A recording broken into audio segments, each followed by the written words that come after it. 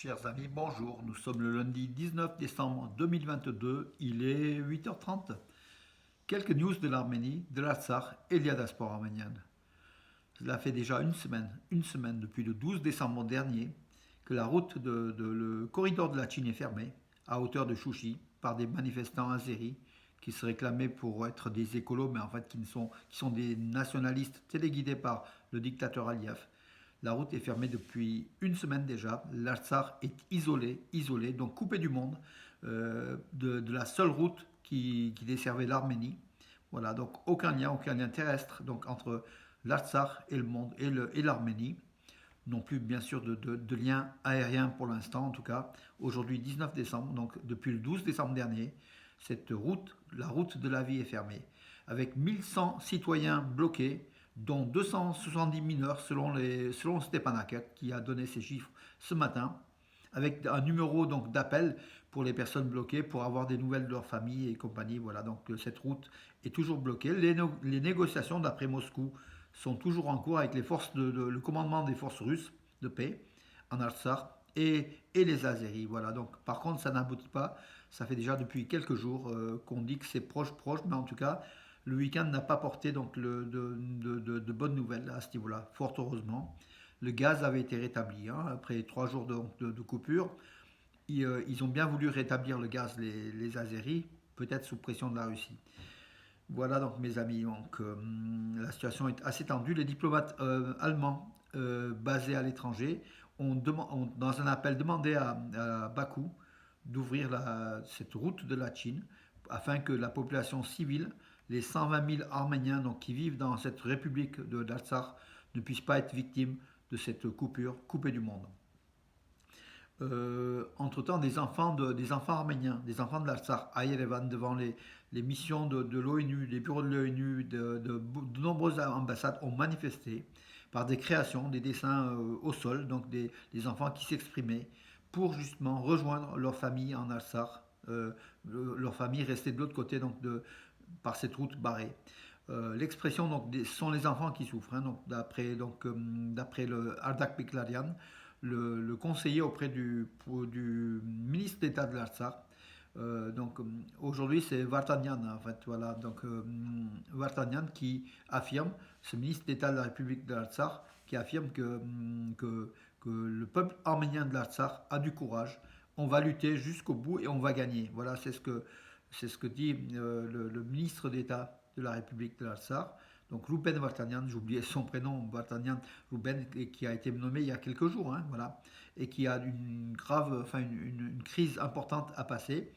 Hier, il était à Martakert et il tient des réunions pour demander au peuple d'Artsakh de garder son sang-froid et que tout va rentrer dans l'ordre avec la force et la volonté du peuple de l'Artsakh. On attend, mes amis, donc dans les jours qui viennent. Mais en tout cas, déjà une semaine, ça fait déjà beaucoup. Alors, oui, la communauté arménienne d'Espagne a demandé aux parlementaires d'Espagne de se prononcer pour justement condamner l'Azerbaïdjan, l'action de l'Azerbaïdjan pour cette fermeture de la route, et puis de commander de sanctionner l'Azerbaïdjan. L'Espagne qui pour l'instant n'a rien fait en fait, hein, voilà, mais la communauté arménienne d'Espagne, qui est très active aussi, hein, formée pour l'essentiel par des Arméniens venus d'Arménie au cours de ces dernières années, manifeste, donc demande aux députés de réagir. Je pense que l'Espagne va aussi réagir au même titre que la France, hein, d'ailleurs. Vous me direz quels sont les résultats. Pour l'instant, pas grand-chose. Mais en tout cas, politiquement, ça bouge beaucoup.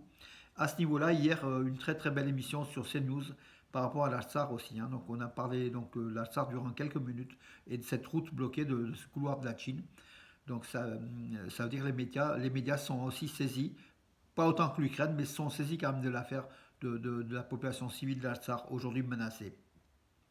À tel point que hier, Vatican News en fait, a publié donc un communiqué qui affirme que le pape François s'est prononcé, s'est dit préoccupé de la situation donc, en Artsakh. Donc il y a environ 120 000 personnes, dont 30 000 enfants, sont isolés, privés de nourriture, de médicaments et d'autres besoins vitaux.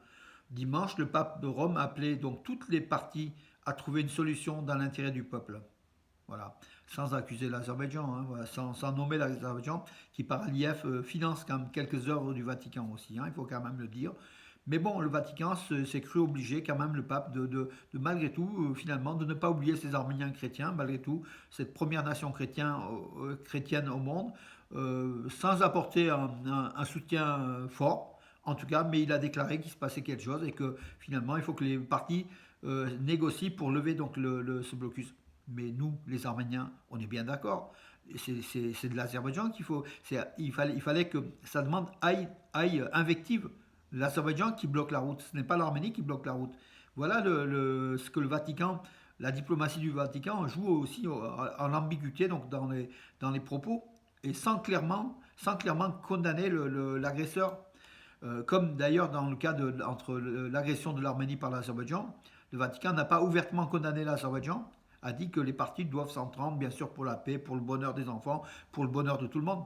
On veut bien, mes amis, mais un jour ou l'autre, il faut quand même désigner, si on est juste et si on est chrétien, il faut désigner l'agresseur de l'agressé, tout simplement, et apporter une solution, ne pas stigmatiser l'agresseur, ne pas stigmatiser l'agressé, mais apporter une solution équitable et juste, je dirais une solution chrétienne, hein, donc aussi, si vous voulez bien, mais en tout cas, la diplomatie n'a rien à voir, du Vatican n'a rien à voir avec la chrétienté, aujourd'hui on le voit, hein, voilà, malheureusement. Mais en tout cas, le pape a pensé un petit peu donc à cette route bloquée des 120 000 citoyens, dont 30 000 enfants qui souffrent de ce blocus imposé par l'Azerbaïdjan.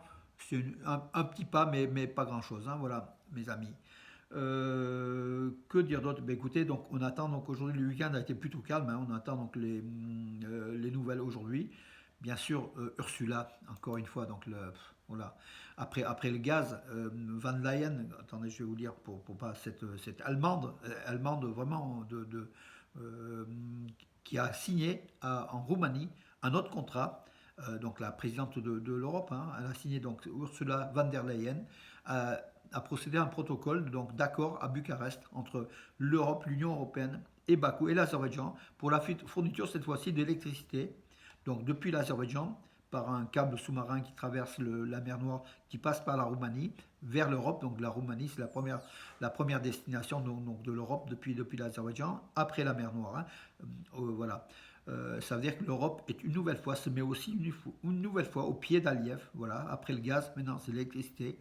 On peut s'attendre au pire de l'Europe en fait. À un moment où le peuple arménien demande justice, réclame ses droits, l'Europe, pour des raisons économiques, pour contourner le dictateur, entre guillemets, le dictateur Poutine, se met dans les bras d'un vrai dictateur qui est Aliyev aujourd'hui, Erdogan Aliyev. Voilà l'Europe, mes amis, encore une nouvelle fois, l'Europe trahit le peuple arménien, l'Europe trahit le droit, et Ursula von der Leyen n'a qu'une chose à faire, c'est comment dirais-je, qu'elle s'installe à Bakou et qu'elle puisse continuer son travail de pro-turc, hein, tout simplement. On est irrité et on a le droit d'être irrité à ce niveau-là. C'est trop que l'Azerbaïdjan fournisse maintenant de l'électricité à l'Europe, vous vous rendez compte, et qui s'affiche en sauveur, en partenaire fiable, comme elle l'a dit. C'est honteux tout simplement, mes amis. Voilà, on va s'irriter, bien sûr, une nouvelle fois. Après le gaz, maintenant c'est l'électricité azérie qui va contaminer l'Europe pour pas que Poutine contamine donc à sa façon donc l'Europe aussi. Voilà, on laisse un dictateur au détriment d'un pire dictateur sanguinaire qui a tué aussi, hein, qui a tué beaucoup d'Arméniens en Artsakh. Il s'appelle Aliyev et Ursula von der Leyen le sait, mais pour des intérêts économiques et peut-être pour un lobby pro-OTAN, pro-turc, elle se met dans les bras de ce dictateur. Tout simplement, mes amis. Bonne journée à demain.